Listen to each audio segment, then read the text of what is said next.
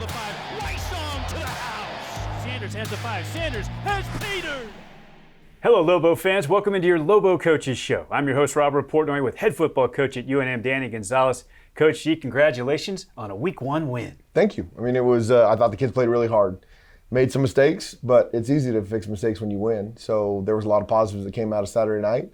I thought we were the more physical team, which is who we want to be, and so we came out with a positive outcome. Speaking of physicality, one of the things the Lobos looked to improve in 2022 was the offensive line. How did they perform? I thought they were really physical off the ball.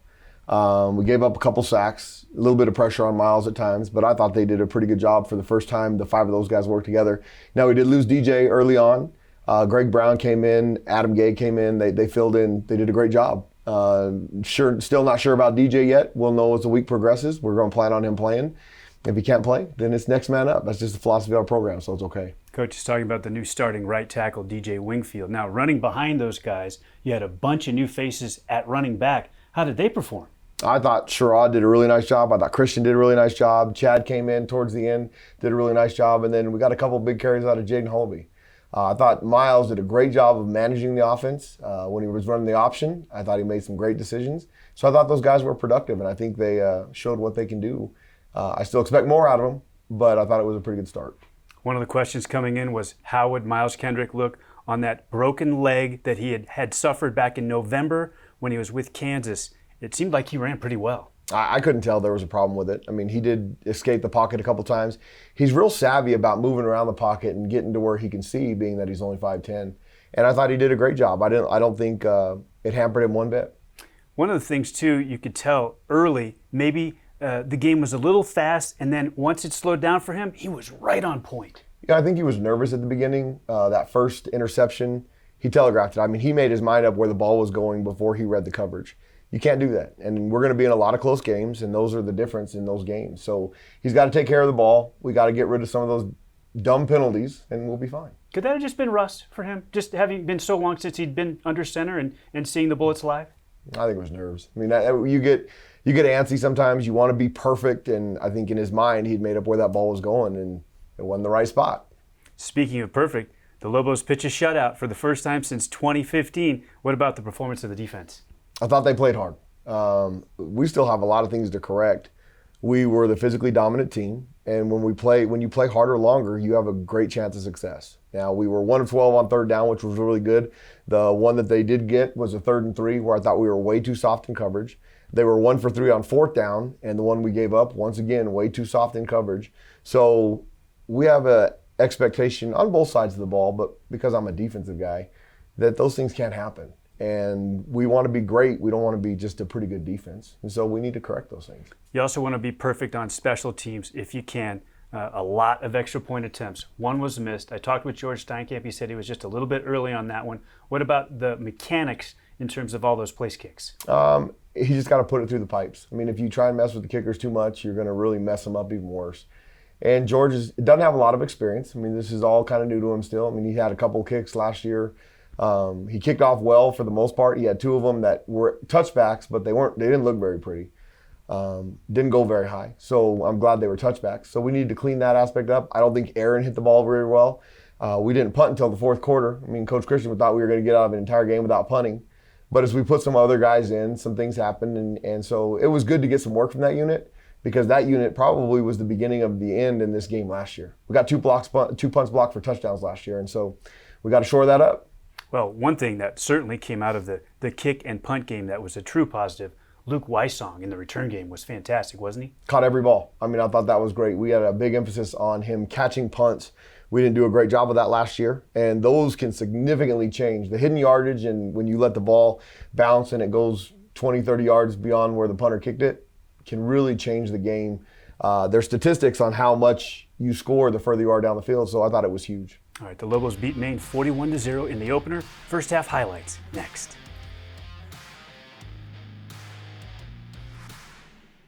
We're back on your Lobo Coaches Show with the head football coach at UNM, Danny Gonzales. I'm Robert Portnoy. It's time to get into first half highlights of the Lobos' 41-0 victory over Maine at University Stadium.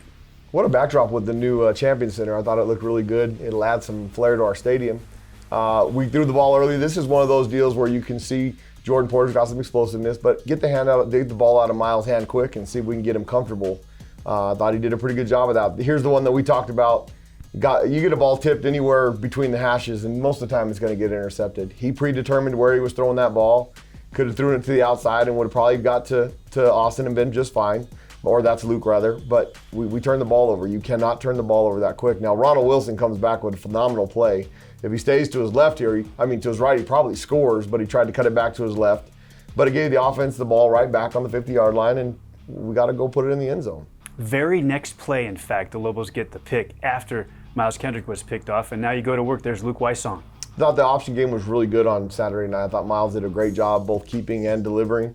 Sherrod White is a physical runner. I mean, him and Nate combination, then you throw Christian Washington in the mix. I mean, we've got a pretty good punch in there.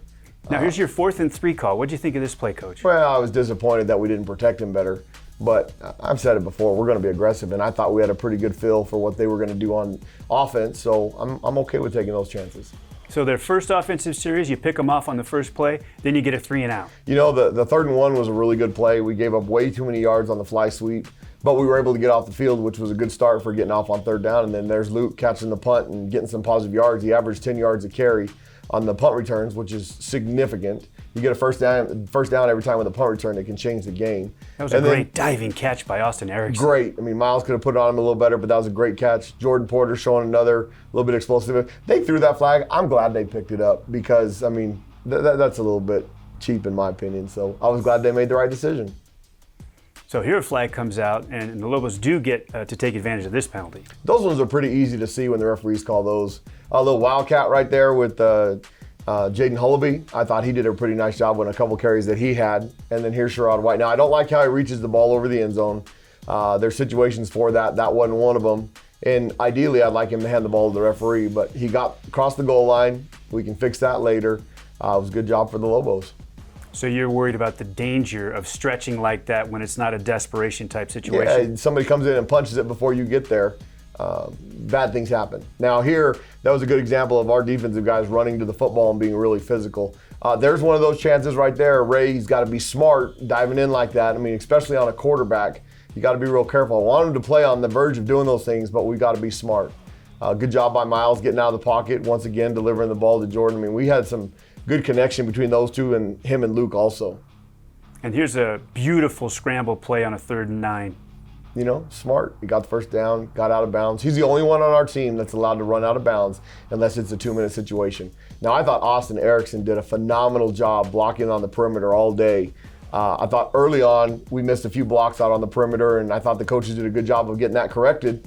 And then we ended up getting some plays like this afterwards. Actually, that was an adjustment that we talked about early in the broadcast on Saturday, that that was something that got better through the second quarter, and obviously it showed. You know, we make correction on the sideline, and it kind of fires me up when the offensive line coach is yelling at receivers to block. So I thought Linz did a good job of getting that message to him, and then Coach Blackman obviously got him corrected, so they did some good things. Now that one right there, 3rd and 23, you can't, now we got off the field, but you can't give up that kind of a distance on 3rd down, especially in the zone coverage. We've got to be smarter in that situation. Another catch for Luke Wysong. You did a great job of getting him the ball in a bunch of different ways. And Bobby Wooden touched it a couple of times, and he looked dangerous too. Bobby's really changed his body in the weight room. He can be a great lead blocker, and he showed with some of his explosiveness right there.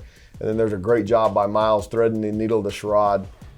Good catch. I mean, hopefully he can keep his feet next time, but Luke caught it on the edge and got in the end zone. It's a really good deal. What play design on that play to Sherrod coming out of the backfield. And Wysong, he had the punt return TD last year. Now he's got a running TD and a receiving TD here in the opening week of 2022. You know, I'm glad they showed that in the highlight. You got some old linemen there posing for pictures and doing those things. You know, we haven't done a whole lot of that, so we've got to act like we've been there before. And that's a great teaching tape. The referees came over. I mean, I kind of told them the same thing. So it's good. I mean, we want to have a chip on our shoulder and play, but we don't need to be doing those things that are going to cost you in a game, an important game. There's the 3rd and 23 I was talking about earlier was an incomplete pass, but we got to get off the field without it being 4th and 1. I tried to talk them into going for it because I thought we had the upper hand, but they ended up punting it. Now there's a really good job right there. Christian Washington has some really good hands out of the backfield, and he's got some electricity to him. I'm excited to see him progress through his freshman season. I think his feet are amazing, Coach. The way that he's able to make people miss in small spaces, too. I've seen him do it in the hole during camp. I think he's going to be really special. And he's 205 pounds. Now that one right there, we missed talking about the second interception by Miles. We cannot do that. We got a little bit greedy.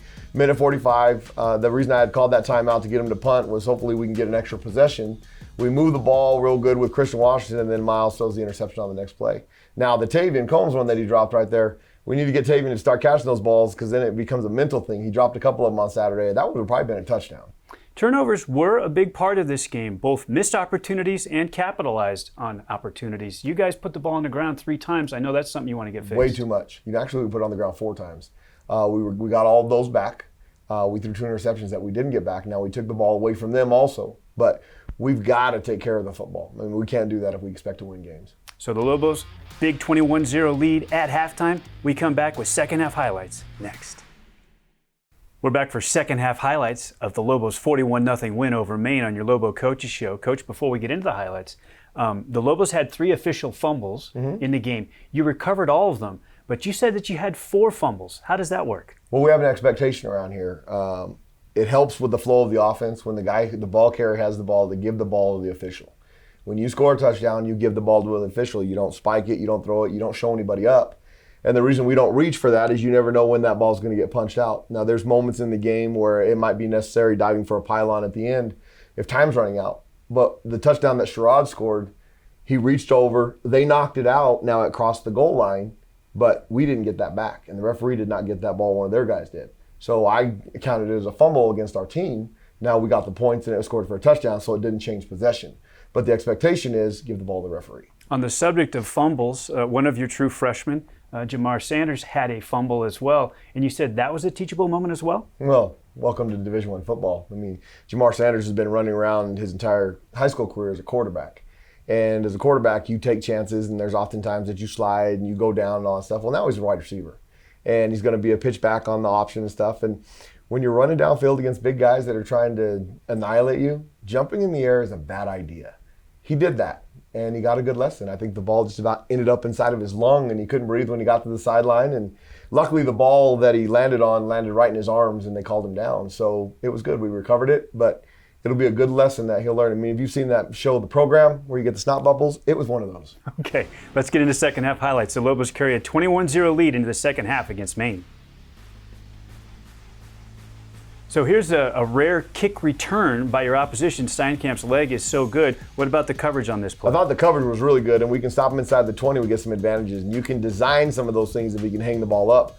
We got lucky. It was a bad kick, and they bobbled a little bit, but I thought the coverage was great. Now this one right here, Omar Dharma, if he just stays off of Cody Moon, the referee on our sideline had grabbed the beanbag. So if we recover that, they're going to call it a fumble and let the TVs determine whether it was or not.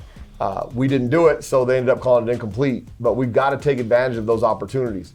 There's a really good run right there by Sherrod again. Hopefully he can start keeping his feet, and that'll be a big-time play because I think he's got a little bit of juice to him. Now I think Christian and Nate have a slight bit more, but it was good to see those guys up front and block and able to make the first guy miss. Now here, this looked like a designed run to me. It was, and we had a couple of them for Miles. This was a third down where we were able to convert it and get the first down. We were 12 of 14 on offense and third downs, which was really good. Here's Jaden Hobie. I thought that was a really good cut. He's a big old back there. He's hard to get down. Wow, what a transformation to have a back like that in your backfield who started as a tight end if you need him. And here's Sherrod White's second touchdown of the day. You know, these touchdowns are fun. The O-linemen do a great job when the running back doesn't even get touched from 7 yards out.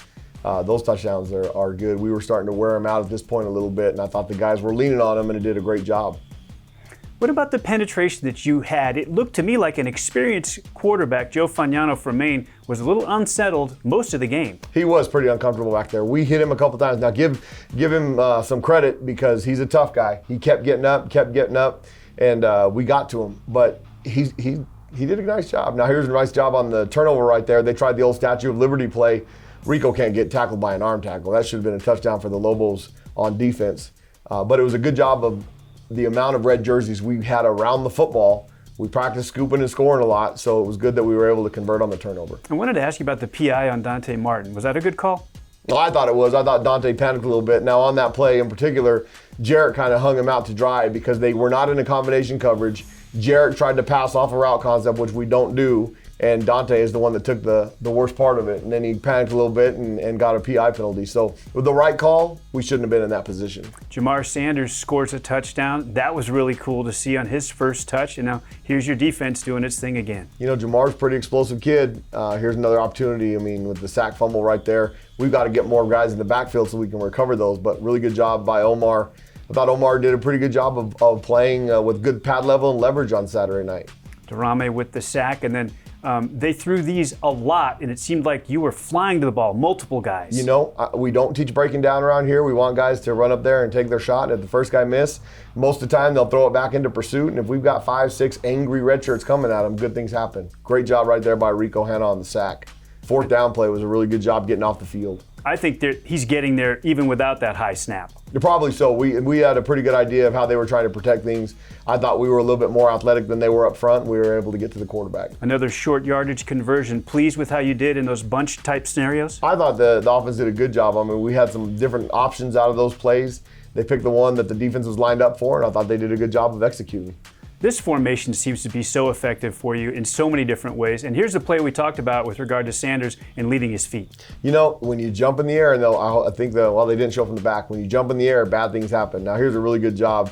They blocked on the perimeter outstanding, and Jordan was able to get to the corner of the end zone. And he shows the speed, even though they had a little penetration, he has to go backwards initially, he can still turn the corner with that good blocking. You know, he's pretty twitchy, and he can make guys miss. If a defender's going to break down, they'll have no chance of tackling him. Reminder to make sure that ball crosses inside the pylon when you get to the end zone like that on the corner, because it looked like it was close. Well, you know what? It's an interesting rule.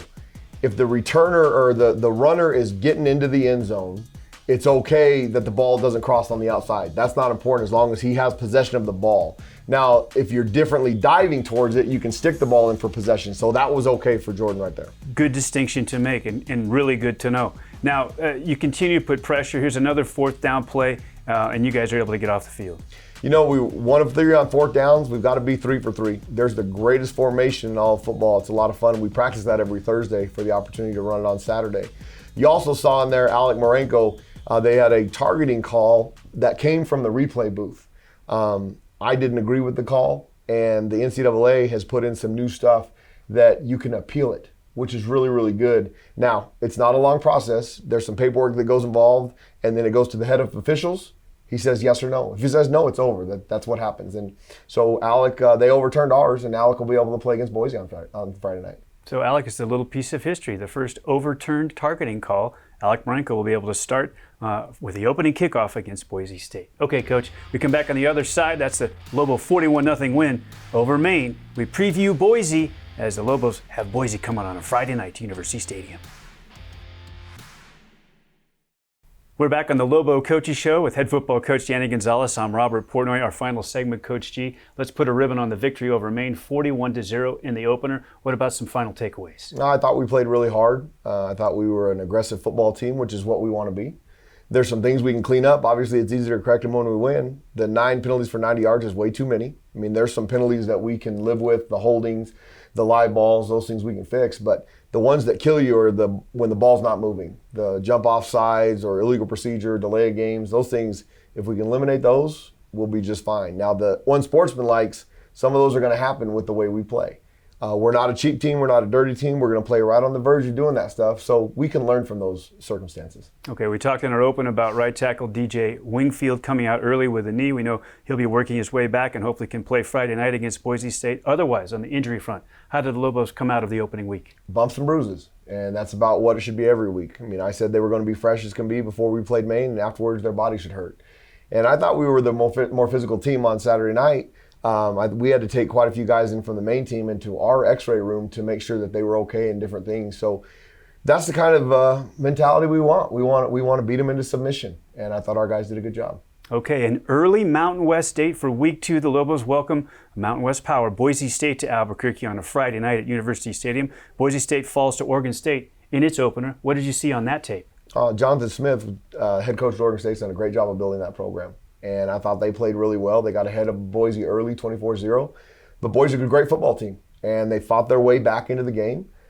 They came up a little bit short. They brought in Taylor Green, a freshman quarterback who really was explosive. I mean, he had a 74-yard touchdown where it didn't look like any of the Oregon State DBs were catching him.